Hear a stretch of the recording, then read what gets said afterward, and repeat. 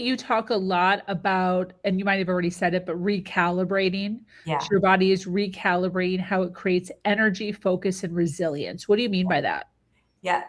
So the way you functioned at 20, you are not going to be able to function the same way in this phase. And this is what women think, oh no, it's a decline. It's not a decline, it's just different.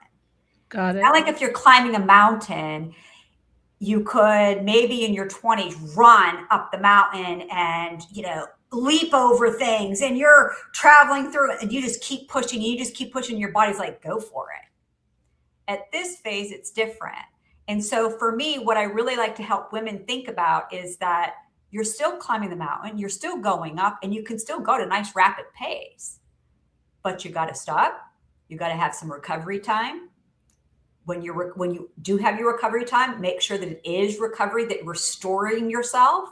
Right? You got to make sure you have more snacks in your backpack than you did when you were 20. Ones that serve your body.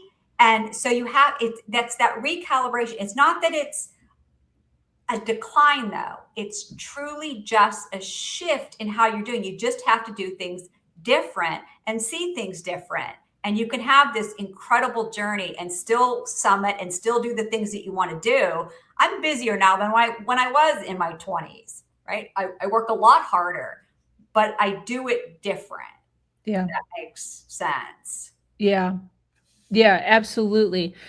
And when we're talking about food, like nourishing our body, we joke about snacks. What is the difference between the way we used to versus how we should be at this age? Right. I call it, and I'm glad that we're allowed to swear on this podcast. Yeah. How I help women remember is I say pop AF. So pop as fuck. If you want to be pop as fuck, then this is how you want to eat. And the P is for protein, making sure you get good protein in every meal. This is a whole meal. This is what I like how I eat, right? Yeah. O, omega-3s. Those are your nice healthy fats.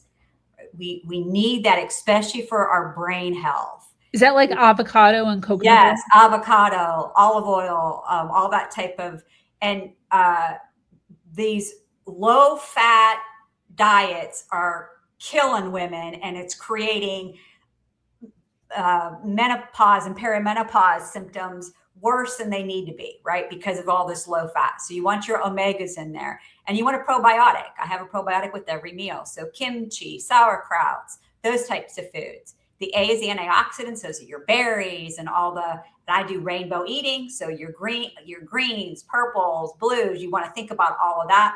And then F, fiber, the foods that have high fiber in it.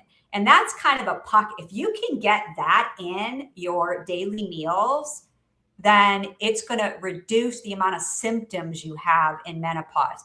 There's other factors, of course. If you're lathering yourself up with, really chemical-laden creams and makeup, it's going to mess with your hormones and make the symptoms worse. If you're drinking water that's not pure, there's all these but that's a great when it comes to the food part. So it's POP, POPAF. Yeah.